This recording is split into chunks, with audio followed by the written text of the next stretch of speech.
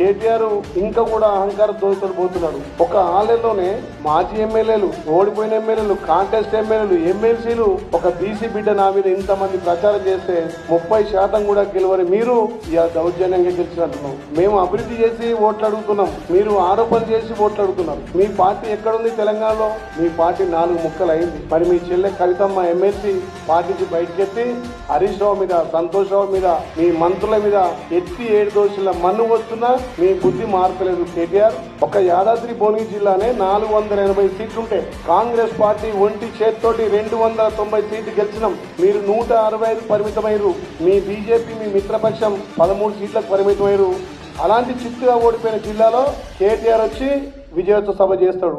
BRS సర్పంచులు ఏడ చేయి దాటిపోతారో, ఏడ గ్రామాల అభివృద్ధి కోసం మళ్ళీ కాంగ్రెస్ లో కలుస్తారనే ఒక అపనమ్మకంతో ఆ గెలిచిన వాళ్ళని కాపాడుకోవాలని కేటీఆర్ అభద్రపడుతుంది తప్ప ఎక్కడ కూడా యాదాద్రి భువనగిరి జిల్లాలో మీకు ఎక్కడ మెజార్టీ రాలేదు.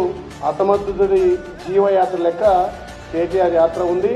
మా గౌరవ ముఖ్యమంత్రి మీద మళ్ళొక్కసారి నీవు అవాక్కులు చోటు పెడితే నీ నాలుక కోసం జాగ్రత్త.